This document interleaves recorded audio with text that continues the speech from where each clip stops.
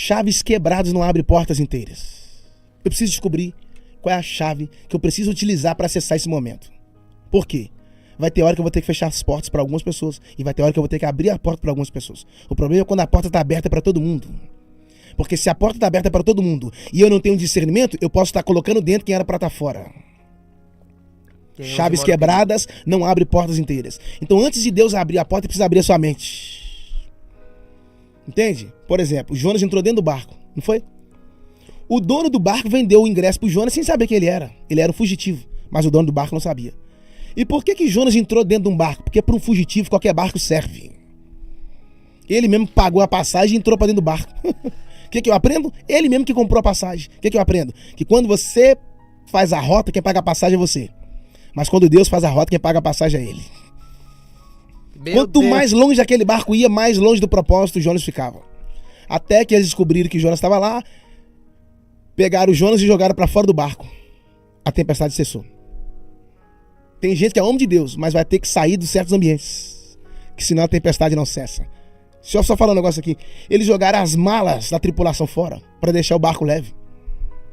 Na mala você leva o quê? Coisa importante.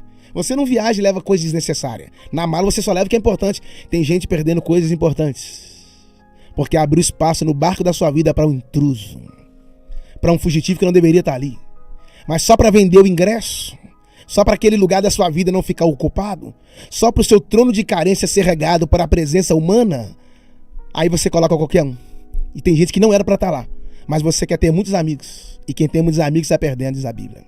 Nem toda porta aberta foi Deus quem abriu, e nem toda chave serve para qualquer estação. Neste corte do Iancast, o pastor Jackson Marques traz uma palavra profunda sobre discernimento, ambientes, relacionamentos e propósito. A partir da frase, chaves quebradas não abrem portas inteiras, ele revela como decisões erradas, pessoas certas no lugar errado e portas abertas sem sabedoria podem gerar tempestades na nossa vida. Prepare-se para refletir sobre quem você permite entrar no barco da sua história, porque, às vezes, Deus só acalma a tempestade quando o intruso sai. Assista até o fim e deixe essa palavra alinhar sua mente antes de Deus abrir novas portas.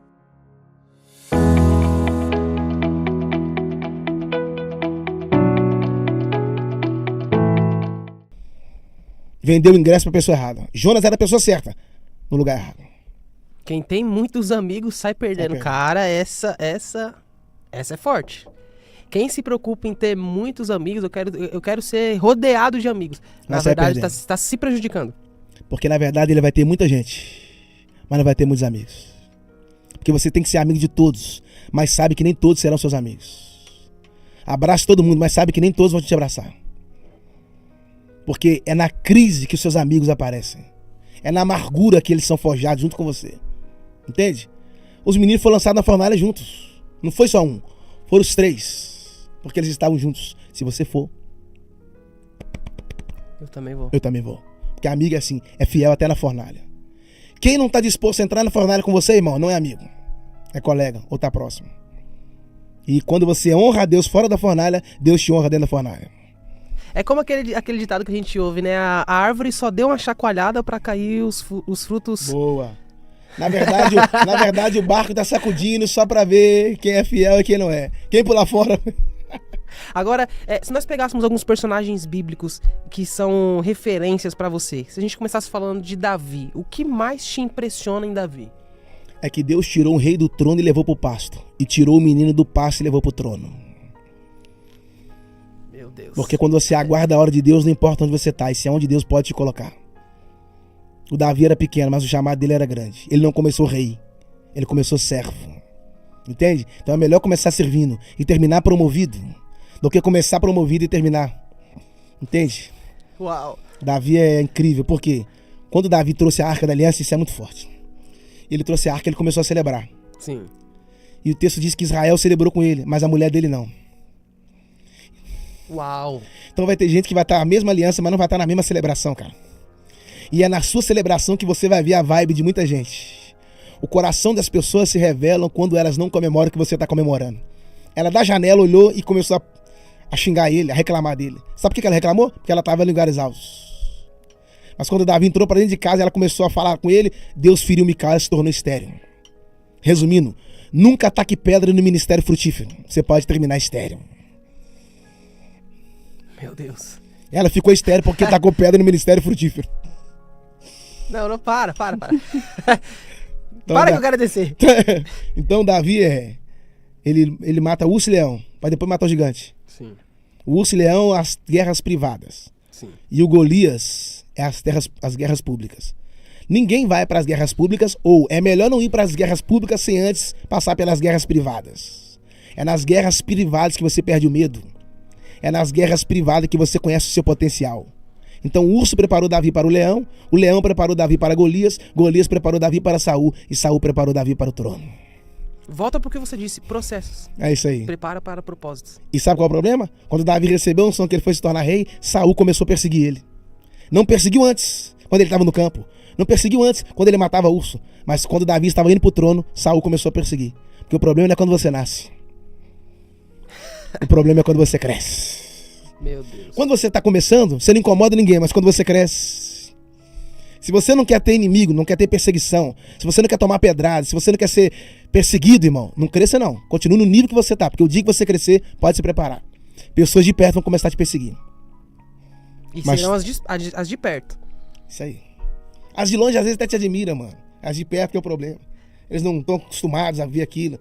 Por quê? Eles te conhecem desde o começo, né? Eles sabem qual foi o seu começo. Por quê?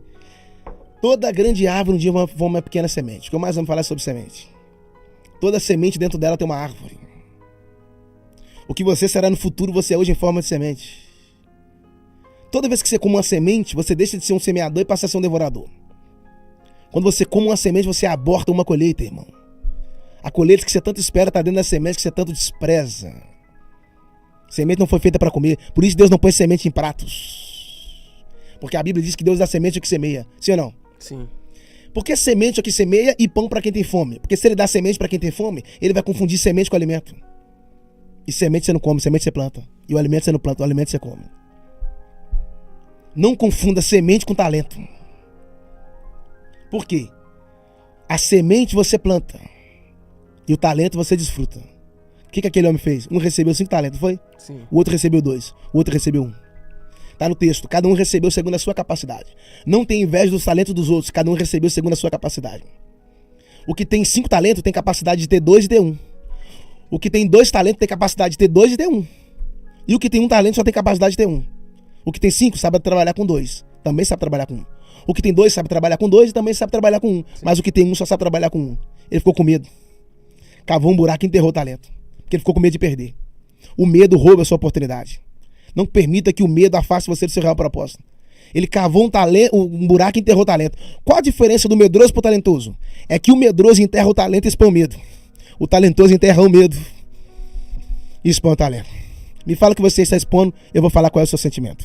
Que essa palavra nos leve a refletir. Nem toda porta aberta é sinal de Deus, e nem toda companhia é destino. Antes de pedir que Deus abra novas portas, peça discernimento para usar a chave certa, no tempo certo, com as pessoas certas. Se esse vídeo falou com você, curta, compartilhe e escreva aqui nos comentários quais portas você precisa fechar hoje para viver o propósito de Deus amanhã. Deus te abençoe.